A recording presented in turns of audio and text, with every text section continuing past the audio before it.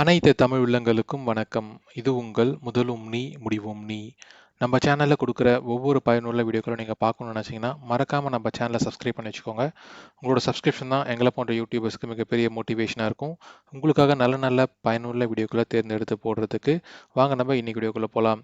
இன்னைக்கு வீடியோவில் என்ன பார்க்க போறோம்னு பார்த்தீங்கன்னா, என்னோட ஃபோனில் யோனோ எஸ்பிஐ ஆப் ஒர்க் ஆகலை.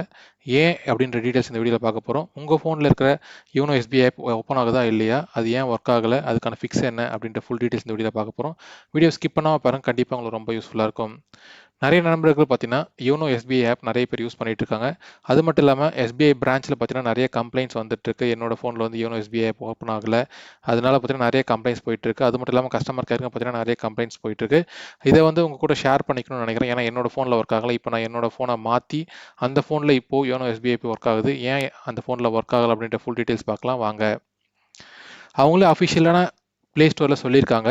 என்னன்னு பார்த்தீங்கன்னா, using and outdated unsupported OS, அதாவது ஆண்ட்ராய்டு 11 அது கீழே இருக்கிற ஆண்ட்ராய்டு ஃபோன் வச்சுருக்கீங்கன்னா உங்கள் ஃபோனில் வந்து ஐரிஸ் வல்னரபிலிட்டிஸ் இருக்குது. அதனால் வந்து தெஃப்ட் நிறைய ஏற்படுறதுக்காக வாய்ப்புகள் இருக்குது. அது மட்டும் இல்லாமல் நிறைய வந்து மால்வேர் வந்து அட்டாக் நடக்கிறதுக்கு வாய்ப்பு இருக்குது. அப்படின்றதுனால வந்து ஆண்ட்ராய்டு 10, 11, 9 இந்த மாதிரி 11 கீழே இருக்கிற ஆண்ட்ராய்டு வெர்ஷனில் பார்த்தீங்கன்னா யோனோ எஸ்பிஐ ஆப்போட அவங்களோட ஃபங்க்ஷனாலிட்டி வந்து ஸ்டாப் பண்ணிட்டாங்க.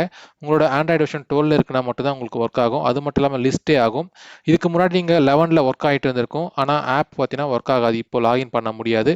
அதுக்கு ரீசன் இதுதான். உங்களோட ஆண்ட்ராய்டு ஃபோன் வந்து 11 அது கீழே இருக்குன்னா உங்களோட ஆண்ட்ராய்டு ஃபோனில் எஸ்பிஐ வந்து ஆப் வந்து ஓப்பன் ஆகாது, ஒர்க்கும் ஆகாது. இதே வந்து நீங்கள் என்ன பண்ணணும்னு பார்த்தீங்கன்னா, உங்கள் ஃபோனோட ஆண்ட்ராய்டு வெர்ஷன் வந்து அப்கிரேட் பண்ணுற மாதிரி இருக்கும். அப்படி இல்லைன்னா உங்களால் யூஸ் பண்ண முடியாது. அது எப்படி நம்ம அப்கிரேட் பண்ணுறதுன்னு பார்த்தீங்கன்னா, உங்களோட ஃபோனோட ஃபஸ்ட்டு ஆண்ட்ராய்டு வெர்ஷன் எப்படி செக் பண்ணுறதுன்னு பார்த்தீங்கன்னா, நீங்கள் ஃபஸ்ட்டு செட்டிங்ஸில் போகணும். செட்டிங்ஸில் போயிட்டு அபவுட் ஃபோன் ஒரு ஆப்ஷன் இருக்கும், அதை கிளிக் பண்ணிக்கோங்க. அது கிளிக் பண்ணோடனே பார்த்தீங்கன்னா உங்களுக்கு அந்த ஃபோனோட ஆண்ட்ராய்டு வெர்ஷன் என்ன இருக்குன்னு பார்க்கலாம்.